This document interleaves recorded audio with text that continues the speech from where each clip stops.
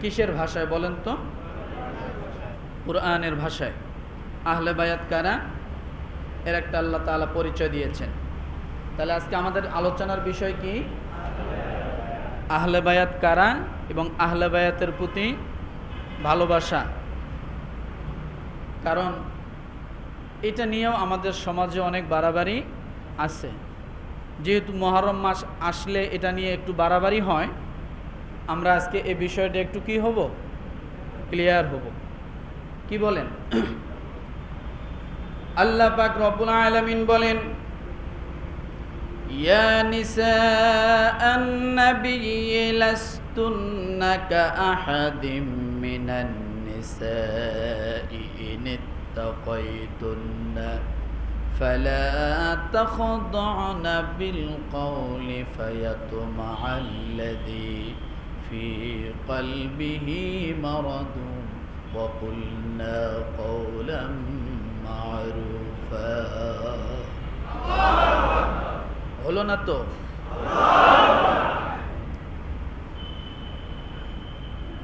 রব্বুল আলামিন সূরা আহজাবের 32 এবং সূরা আহজাবের 33 নম্বর আয়াতে বলেছেন, আমাদের নবী মুহাম্মদুর রাসূলুল্লাহ সাল্লাল্লাহু আলাইহি ওয়াসাল্লামের বিবিগণ সম্পর্কে আল্লাহ তাআলা সূরা আহজাবের 32 নম্বর আয়াতে বলেন, ইয়া নিসাআন নাবিয়্যি লাস্তুন্না কাআহাদিম মিনান নিসা। আল্লাহু আকবার বলেন। হে নবী পত্নীগণ, ও নবীর স্ত্রীগণ, তোমরা সাধারণ নারীদের মতো নও। এক নাম্বার, আল্লাহ তাআলা রসুলের স্ত্রীগণ সম্পর্কে কি বলতেছেন? তোমরা সাধারণ নারীদের মতো নও, তোমরা বিশেষ মর্যাদাবান নারী। পৃথিবীর জমিনে যত নারী আসবে, এই সমস্ত নারীদের থেকে তোমরা অনেক দামি। কে বলেছে কথা? আল্লাহ বলেছেন তোমরা সাধারণ নারী নও, তোমাদের মর্যাদা অনেক বেশি। দুনিয়ার সমস্ত উম্মতে মুহাম্মাদীর মা হলে তোমরা, দুনিয়ার সমস্ত উম্মতে মুহাম্মাদীর মা। আমাদের রাসূল সাল্লাল্লাহু আলাইহি ওয়াসাল্লামের বিবিগণ, রাসূল সাল্লাল্লাহু আলাইহি ওয়াসাল্লামের বিবি কতজন বলেন তো? কয়েকটা বর্ণনা পাওয়া যায়, তার মধ্যে সহিহ বর্ণনাগুলো 11। কত? 11। আবার 9 বর্ণনা পাওয়া যায়, 11 বর্ণনা, এটাই অধিকতর সহিহ। তাহলে নবীদের স্ত্রী কতজন? সহিহ বর্ণনায় 11 জন। রব্বুল আলামিন ডাক দিয়ে বলেন, তোমরা সাধারণ নারীদের মতো নাও, যদি তোমরা তাকওয়াবান হও। যখনই তোমরা তাকওয়া অবলম্বন করবে, আমার আল্লাহ তাআলা ডাক দিয়ে বলেন, এই দুনিয়ার জমিনে যত তাকওয়াবান মহিলা আছে, তার থেকে উত্তম মহিলা হিসেবে আমি আল্লাহ তোমাদেরকে দান করে দিয়েছি। যদি তোমরা কি হও? কেন এই কথা আল্লাহ বললেন? যদি তোমরা তাকওয়াবান হও, তার কারণ পূর্বে অনেক নবী আসছে, নবী ছিলেন কিন্তু স্ত্রী ছিল কাফের। কি ছিল? কথা বলেন। স্ত্রী নবী, আল্লাহ তাআলা তাকে নবী দান করছেন ওই কাফের স্ত্রীর স্বামীকে। নূহ আলাইহিস সালামের দিকে তাকান, আপনি লূত আলাইহিস সালামের স্ত্রীর দিকে তাকান, বোঝেন না কথা? আবার রব্বুল আলামিন নাসিয়ার কথা বললেন, ওয়াদারাবাল্লাহু মাসালাল লিল্লাযীনা কাফারু ইমরাতা ফিরআউন।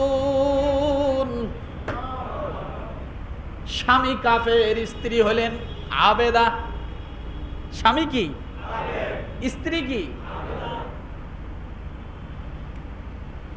আবার রব্বুল আলামিন নূহ আলাইহিস সালামের স্ত্রীর কথা বললেন, মারইয়াম ইবনাত ইমরান আল্লাতী। লূত আলাইহিস সালামের স্ত্রীর কথা বললেন, তারা ছিলেন কাফের। কিন্তু তাদের স্বামীরা ছিলেন নবী। এই জন্য অনেকে অনেক সময় বলে যে এই লোকটা নামাজ পড়ে, ছেলে কেন খারাপ, মেয়ে কেন খারাপ। আরে ভাই, নামাজি ব্যক্তি নামাজ পড়লে তার সন্তান ওলি হয়ে যাবে এমন কথা নয়। এমন কথা নামাজি লোক নামাজ পড়লেই যে ছেলে বড় ওলি হবে, পীর হবে, বুজুর্গ হবে, পীরের ছেলে পীর হবে, এটা কোনো দলিল নয়। আল্লাহ এটা দেখাই দিয়েছেন। নবীর স্ত্রী যদি কাফের হয় তাহলে আমাদের পরিবারের অবস্থা কি? কথা ঠিক না? এই জন্য রব্বুল আলামিন সূরা আহজাবের 32 নম্বর আয়াতে বললেন, তোমরা সাধারণ নারী নও যদি তোমরা তাকওয়াবান হও। কারণ দুনিয়ায় অনেক তাকওয়াবান নারী থাকবে, তাদের থেকেও তোমরা শ্রেষ্ঠ। কথা ঠিক কিনা? দুনিয়ায় অনেক নারী থাকবে, তাদের তাকওয়াবান থাকবে, তারপরেও তোমরা হবে শ্রেষ্ঠ যদি তোমরা তাকওয়াবান হও। এরপর রব্বুল আলামিন বলেন, দ্বিতীয় যে কথাটা নবীর স্ত্রীদেরকে আল্লাহ বললেন, সুতরাং তোমরা তোমাদের কণ্ঠকে কোমল করিও না। কণ্ঠকে কি করিও না? কি করিও না? তোমাদের কণ্ঠকে কোমল করিও না, নরম করিও না, সুন্দর করিও না। কেন এই কথা বললেন? ইনিত্তাকাইতুন্না ফালা তাখদানা বিল কওল। আল্লাহ বলেন, ও নবীর স্ত্রীরা, তোমাদের কণ্ঠকে কোমল করিও না, সুন্দর করিও না। কেন? একটা মেয়েকে মানুষ দেখে না। বর্তমান সময়ের ছেলেদের, যুবকদের কথা বলি, 5 বছর ধরে সম্পর্ক করে, 2 বছর ধরে সম্পর্ক করে, 1 বছর ধরে একটা রং নাম্বার থেকে সম্পর্ক করে। মেয়েটাকে 6 মাস দেখলো না, 1 বছর দেখলো না, কিন্তু মেয়েটার প্রেমে পাগল হয়ে গেল। কথা ঠিক কিনা? কি দেখে পাগল হলো? কি দেখে? নাম্বার দেখে? চেহারা দেখে? তখনও চেহারা দেখে নাই, না দেখাতেই সম্পর্ক তৈরি হয়ে গেল। কাজ করলো কি? কি কাজ করছে?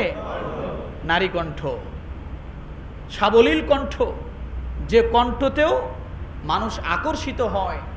আল্লাহ বললেন, ও নবীর স্ত্রীগণ, তোমাদের কণ্ঠকে তোমরা কোমল করিও না। রব্বুল আলামিন অন্য আরেক জায়গায় বলেন, ও নারীরা, তোমাদের সামনে যখন পুরুষ আসবে,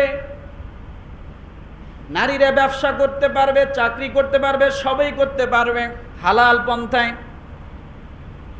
কিন্তু করার কিছু সূরত আছে। কি সূরত? রব্বুল আলামিন ডাক দিয়ে বললেন, ও নারীরা, তোমাদের সামনে তোমরা যখন ব্যবসায় যাবা, কাস্টমার যখন তোমাদের সামনে আসবে, খবরদার খবরদার নরম ভাষায় কথা বলিও না। পুরুষের সঙ্গে কথা বলবা সব সময় কর্কশ ভাষায়। কি ভাষায়? আল্লাহ নারীর জন্য এটা অনুমতি দিলেন। পুরুষের সামনে যখন তুমি কথা বলবে, কোন ভাষায়? কারণ 1 বার 2 বার কথা বলেই যেন বুঝতে পারে এই মহিলা বদমেজাজি, এর সাথে পাত্তা পাওয়া যাবে না। বোঝেন নাই আল্লাহ কেন এই কথা বলছেন? কে আপনি? কেন ফোন দিছেন? রাখেন ফোন। এভাবে কথা বললে নারীর গুনাহ হবে না, নারীর সওয়াব হবে। আর যদি বলে, ভাইয়া কে বলছেন, কোথা থেকে বলছেন, কাকে চান, কি করেন, বিস্তারিত একেবারে 14 গোষ্ঠী পরিচয় নেওয়া শুরু করলো। এরপরে দেখবেন পুরুষ মানুষ তো কিছুক্ষণ পর পর আজগবি একটা মিস কল দেয়। কল যখন ব্যাক করে কয় ভুলে গেছে, শুরু হয়ে গেল। আল্লাহ এই জন্য বললেন, নারীরা যখন পুরুষের সঙ্গে কথা বলবে, কর্কশ ভাষায় কথা বলতে হবে, যাতে পুরুষ এই নারীর কণ্ঠ শুনেই যেন 14 মাইল দূরে চলে যায়। কথাটা বুঝাতে পারছি? এই জন্য রব্বুল আলামিন বললেন, সুতরাং তোমরা কোমল কণ্ঠে কথা বলো না। এটা কোন সূরায় আছে? সূরা কত নম্বর আয়াত? মুখস্থ করে যান, কত নম্বর আয়াত? তাহলে আল্লাহ নারীদেরকে কথা বলতে বললেন, সেটারও একটা নমুনা আল্লাহ দিলেন কিভাবে তোমরা কথা বলবে। অপরিচিত পুরুষ বেগানা পুরুষের সাথে যখনই কথা বলবে কি ভাষায়? কর্কশ ভাষায় কথা বলতে হবে, তখন তার জন্য ওইটাই সওয়াবের কাজ। এটা আল্লাহর বিধান। কার বিধান? এরপরে রব্বুল আলামিন বলেন ফি কলবিহি মারাদু ওয়া কুলনা কাওলাম মারুফা। আপনি যদি প্রশ্ন করেন আল্লাহ আমার কন্যা কেন অন্য পুরুষের সঙ্গে কর্কশ ভাষায় কথা বলবে, রব্বুল আলামিন নবীদের স্ত্রী হয়ে কেন কর্কশ ভাষায় কথা বলবে? আল্লাহ বলেন এই জন্য কর্কশ ভাষায় কথা বলবে, কিছু রোগাক্রান্ত পুরুষ আছে। কি পুরুষ আছে? রোগাক্রান্ত পুরুষ আছে। এমন ব্যক্তি লালায়িত হয়ে পড়ে, আর তোমরা বলো না সঙ্গত কথা, অর্থাৎ কথা কম বলবা, কারণ কোনো পুরুষ যেন তোমার কথার মাঝে আকৃষ্ট না হয়, কারণ তার অন্তরের মধ্যে কি আছে? অসুস্থতা আছে, অন্তরের মধ্যে ওয়াসওয়াসা আছে, শয়তান ওয়াসওয়াসা ঢেলে দেয়। কি ঢেলে দেয়? শয়তান ওয়াসওয়াসা ঢেলে দেয়। এই জন্য কথা কম। যে কয়টা কথা কি ভাষায়? নরম ভাষায়, কর্কশ ভাষায় কথা বলতে বলছেন আল্লাহ। এরপরে রব্বুল আলামিন 33 নম্বরে সূরা আহজাবের বলেন ওয়াকারনা ফি বুয়ুতিকুন্না ওয়ালা তাবাররাজনা তাবাররুজাল জাহিলিয়াতিল উলা। আল্লাহ প্রথম কণ্ঠের কথা বললেন, কারণ একজন মানুষ, একজন নারী, তার জন্য কণ্ঠ কত মারাত্মক। এই জন্য আল্লাহ কণ্ঠটাকে আগে নিয়ে আসলেন, পর্দাকে আল্লাহ পরে নিয়ে আসলেন। কারণ একজন নারী পর্দায় আছে কিনা পর্দার ভিতর থেকে বোঝা যাবে না, তাকে দেখা না গেলেও তার কণ্ঠের দ্বারা মানুষ আকৃষ্ট হয়। এরপরে রব্বুল আলামিন বলেন যখন তোমরা বাইর হবা ওয়াকারনা ফি বুয়ুতিকুন্না ওয়ালা তাবাররাজনা তাবাররুজাল জাহিলিয়াতিল উলা। ও নবীর স্ত্রীগণ, তোমরা যখন নিজ গৃহে অবস্থান করো ততক্ষণ পর্যন্ত তোমরা ঠিক থাকো। যখন এই তোমরা সাজসজ্জা প্রদর্শন করে ঘর থেকে বাহির হও, যেমন প্রাচীন জাহিলি যুগে প্রদর্শন করা হতো, তোমরা এমনটা করিও না।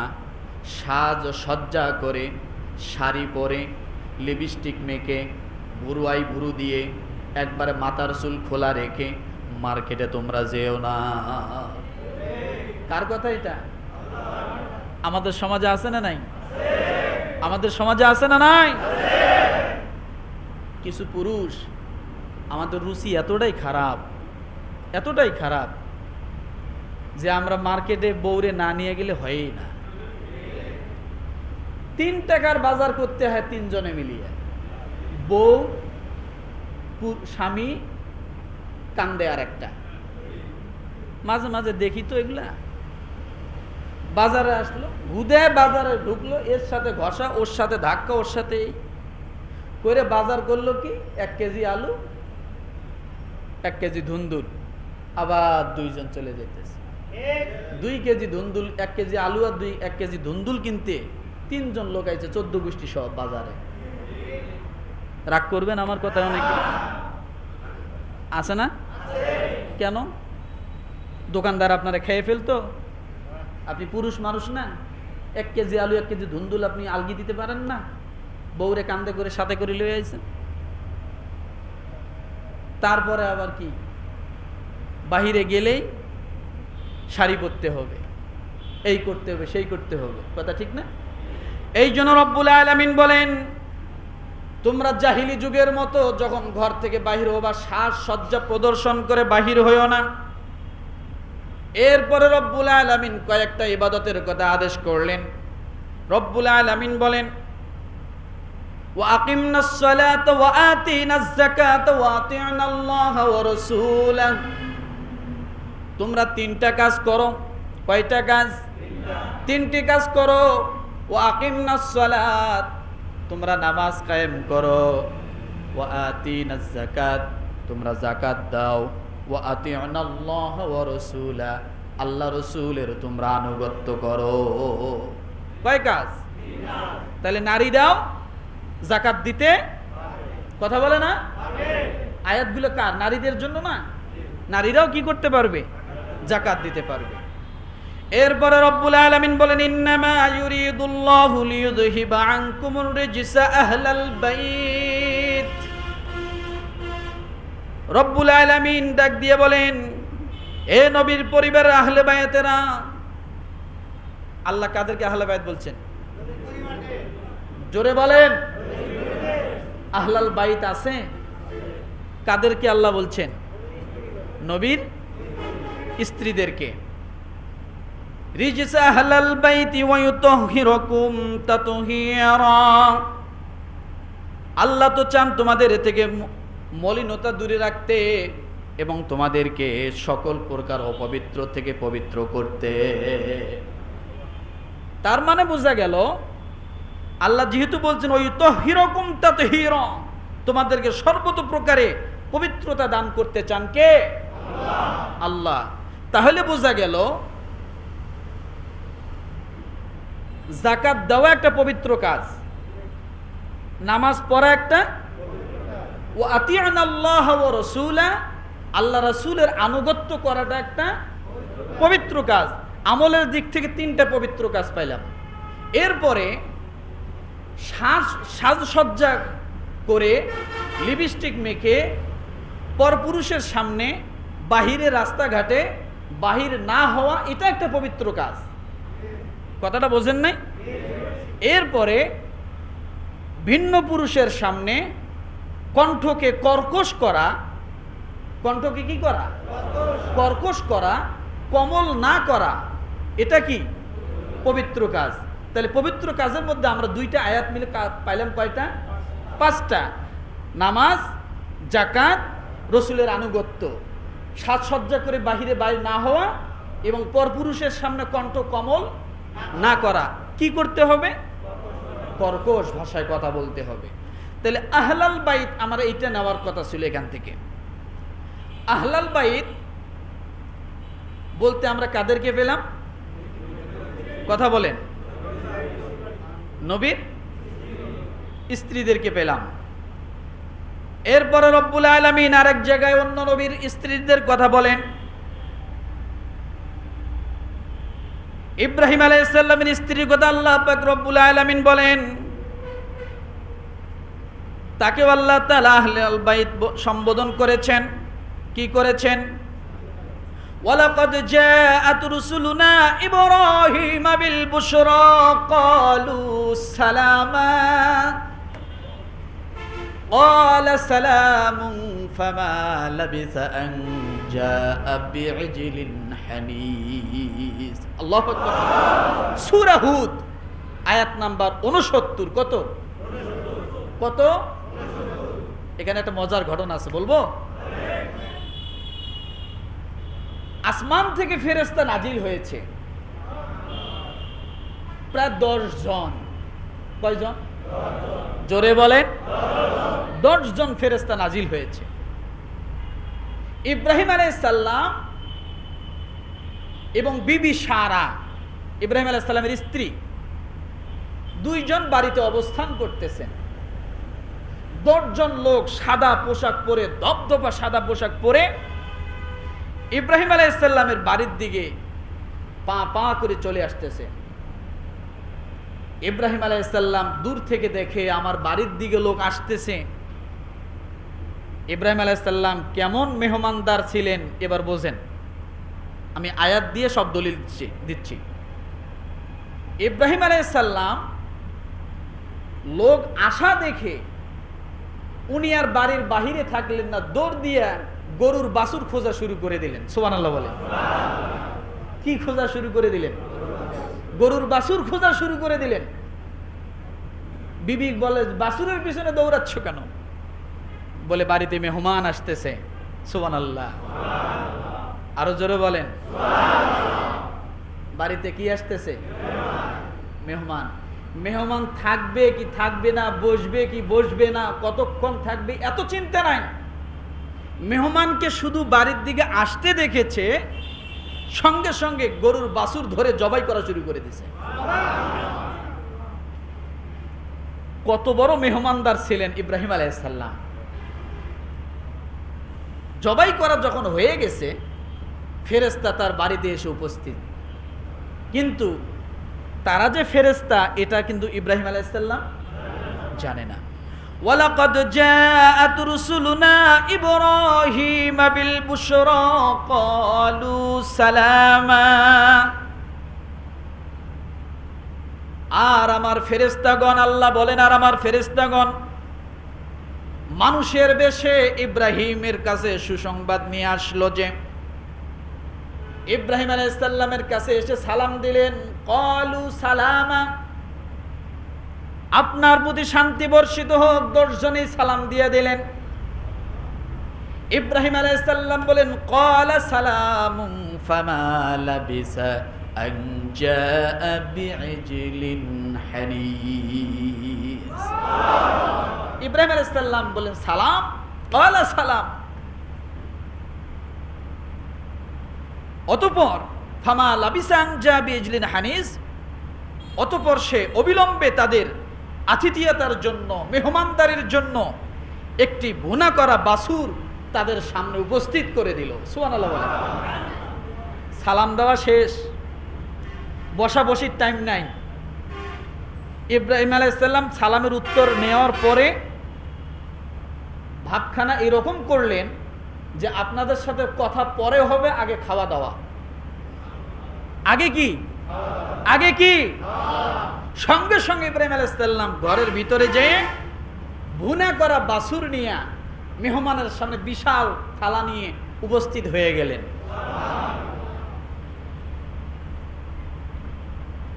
মেহমানরা বসেছেন,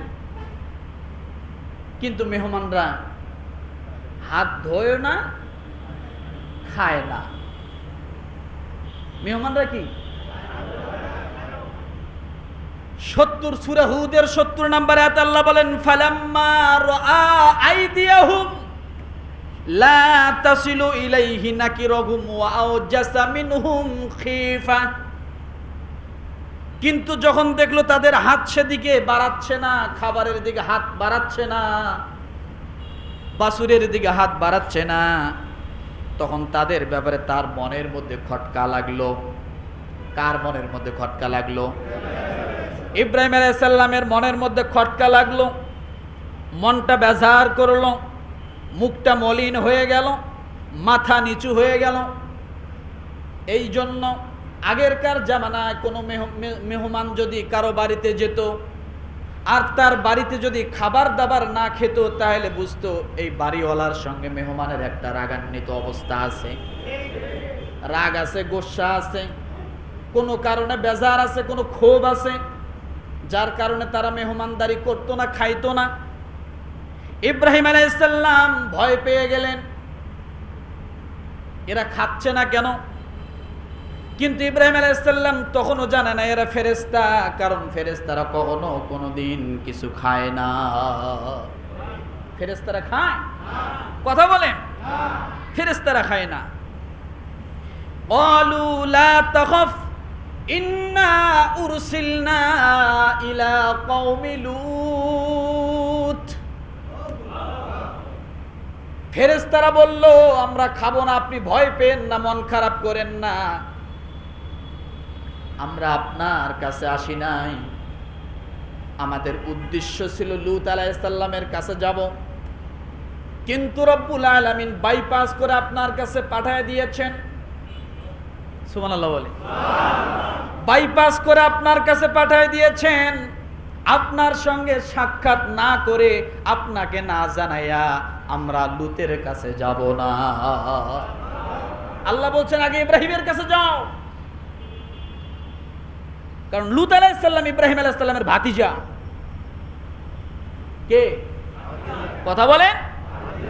চাচার কাছে আসছে আগে, চাচার কাছে লূত আলাইহিস সালামের সময়ের ঘটনা বলার জন্য, কি কারণে তার কাছে যাচ্ছে এই কথা বর্ণনা করার জন্য আসছে। রব্বুল আলামিন ডাক দিয়ে বলেন ওয়ামরাতুহু কাইমাতুন ফাদহিকাত ফাবাশশারনাহা বিইসহাক ওয়া মিন ওয়ারাই ইসহাক ওয়া ইয়াকুব। ফেরেশতারা যখন ইব্রাহিম আলাইহিস সালামের সঙ্গে কথা বলছেন, খাবেন না, পাশে ছিলেন বিবি সারা, বৃদ্ধা মহিলা, বৃদ্ধা নারী, আমাদের জননী বৃদ্ধা, বয়স হয়ে গেছে। ইব্রাহিম আলাইহিস সালাম একেবারে ঝুনঝুনা বয়স হয়ে গেছে, প্রায় 80 বছর বয়স ইব্রাহিম আলাইহিস সালামের, সারার বয়স প্রায় কাছাকাছি। পাশে দাঁড়িয়ে আছে, ফেরেশতার কথা শুনতেছেন। এমন সময় ফেরেশতারা সারার দিকে তাকায়া ডাক দিয়ে বলতেছেন, আপনি একটা পুত্র সন্তানের সুসংবাদ নিয়ে আনা। কি সংবাদ? কথা বলেন। যখন এই কথা বলছেন, ফাদাহিকাত ফাবাশশারনাহা বিইসহাক, ইসহাক নামে আপনার একটা সন্তান হবে, এই সন্তানের সুসংবাদ আপনি নেন। আপনি দাঁড়া দাঁড়া হাসতেছে। বিবি সারা হেসে হেসে বলতেছে, এটা কি কয়, কি বলে, আমার তো গায়ের চামড়া ঢিলে হয়ে গেছে, আমি তো বুড়ি হয়ে গেছি, আমার তো বাচ্চা ধারণ করার বয়স এখন আর নাই। আল্লাহু আকবার বলবেন না? আমার বাচ্চা ধারণ করার বয়স নাই, আমার স্বামী একেবারে বৃদ্ধ হয়ে গেছে, আর এখন আমি বাচ্চা ধারণ করব। ইব্রাহিম আলাইহিস সালামের স্ত্রী দাঁড়ানো ছিল, সে হেসে দিল। আমি তাকে পুনরায় ইসহাকের এবং ইসহাকের পর ইয়াকুবের জন্মের সুসংবাদ দিলাম। শুধু ইসহাকের সুসংবাদ দেন নাই, ইসহাকের পুত্র যে হবে ইয়াকুব আলাইহিস সালাম, অর্থাৎ নবী ইব্রাহিম আলাইহিস সালামের নাতি পর্যন্ত সুসংবাদ দিয়ে দিয়েছে। আপনি কি বলেন? আপনার সন্তান হবে না, আপনার হবে, আপনার থেকে যেটা হবে তারও হবে। কে বলেছে কথা? কথা বলেন। ফেরেশতারা বলতেছে। বিবি সারা আশ্চর্য হয়ে গেল, তখনও কোনো সন্তান নাই, আর এখন নাকি আমার গর্ভে সন্তান, আমি তো বৃদ্ধ হয়ে গেছি। আল্লাহ পারে কি পারে না? আল্লাহ পারে কি পারে না? সঙ্গে সঙ্গে বিবি সারা ডাক দিয়ে বলেন, ক্বালাত ইয়া ওয়াইলাতা আলিদু। হায়, কি বলে এই কথা, আমার সন্তান হবে? বিবি সারা আশ্চর্য হয়ে গেছে। ওয়া আনা আজুজু, আমি তো বৃদ্ধ হয়ে গেছি। ওয়া হাযা বালি শাইখা, আমার স্বামী মুরব্বি হয়ে গেছে। কি হয়ে গেছে? আমার স্বামী একেবারে ঝুনঝুনা মুরব্বি হয়ে গেছে। ইন্না হাযা লাশাইউন আজীব, এটা কি আশ্চর্য কথা, এটা কি আজীব কথা। আমরা যে বলি না এটা কি আজীব, বলি কি না? এটা আরবি শব্দ। কি শব্দ? ইন্না হাযা লাশাইউন আজীব। বাস্তবেই এটা বড় আশ্চর্যের কথা, আজীব কথা। কে বললো এই কথা? বিবি সারা। এরপরে ফেরেশতারা বলেন 73 নম্বর, ক্বালু আতা'জাবিনা মিন আমরিল্লাহ।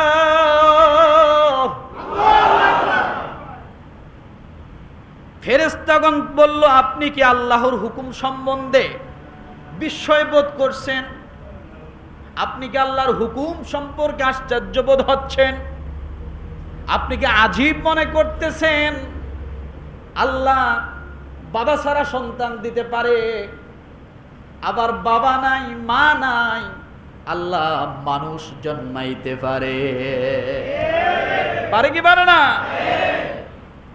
আপনি আশ্চর্য হচ্ছেন, আপনার গর্ভে সন্তান হবে, আপনি বুড়ো হয়ে গেছেন তাই, বৃদ্ধা হয়ে গেছেন তাই, আপনি আল্লাহর হুকুমের প্রতি আশ্চর্য হয়ে গেলেন।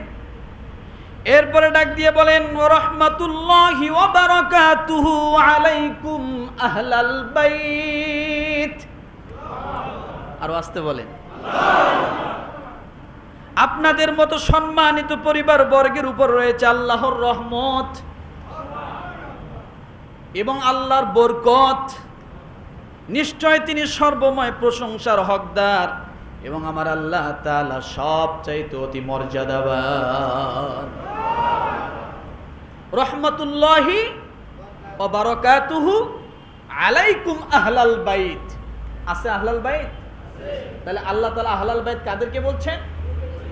নবীর পরিবারদেরকে বলছেন। মনে থাকবে এই কথা?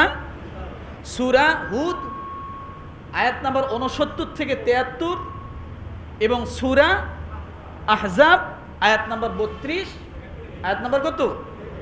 33।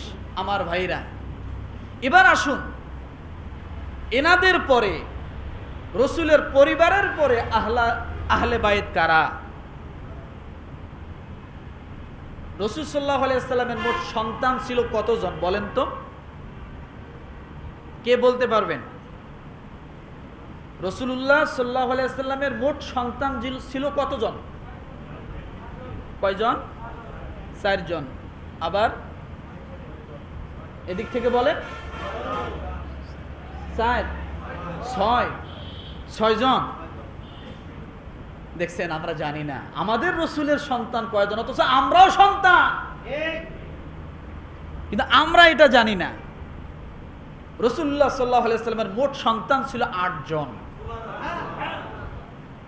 4 জন না, আবার কি 6 জনও না, মোট কয়জন? কথা বলেন 8 জন। তার মধ্যে 7 জন সন্তান হলো মা খাদিজাতুল কুবরা রাদিয়াল্লাহু তাআলা আনহার। কয়জন? 7 জন। একটি সন্তান হলো রায়হানা নামে রসুলের একজন বিবি, তার। খাদিজাতুল কুবরা রাদিয়াল্লাহু তাআলা আনহার 7 জন সন্তান কে কে? 4 জন কন্যা, 3 জন ছেলে। এটা কার সন্তান? খাদিজা রাদিয়াল্লাহু তাআলা আনহার। 4 জন কন্যার মধ্যে প্রথম একজন হলো উম্মে কুলসুম। কে বলেন তো? উম্মে জয়নব, রুকাইয়া, ফাতেমাতুজ জাহরা রাদিয়াল্লাহু তাআলা আনহা। কয়জন মেয়ে হলো বলেন তো দেখি? জয়নব, রুকাইয়া, উম্মে কুলসুম, ফাতেমাতুজ জাহরা রাদিয়াল্লাহু তাআলা আনহা। মেয়ে কয়জন?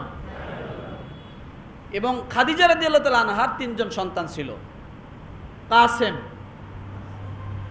তাহের, তৈয়েব। কয়জন? কাসেম, তাহের, তৈয়েব। কয়জন হলো? মেয়ে কয়জন? 4 জন। মোট কয়জন হলো? কার ঘরে? খাদিজা রাদিয়াল্লাহু তাআলা আনহার ঘরে। রসুলের আরেকজন সন্তান ইব্রাহিম। কি নাম? তিনি রায়হানা নামে একজন রসুলের স্ত্রী, আমাদের মা, তার ঘরে। তাহলে মোট কয়জন সন্তান হলো? 4 জন ছেলে, 4 জন মেয়ে। এনারাও কিন্তু রসুলের কি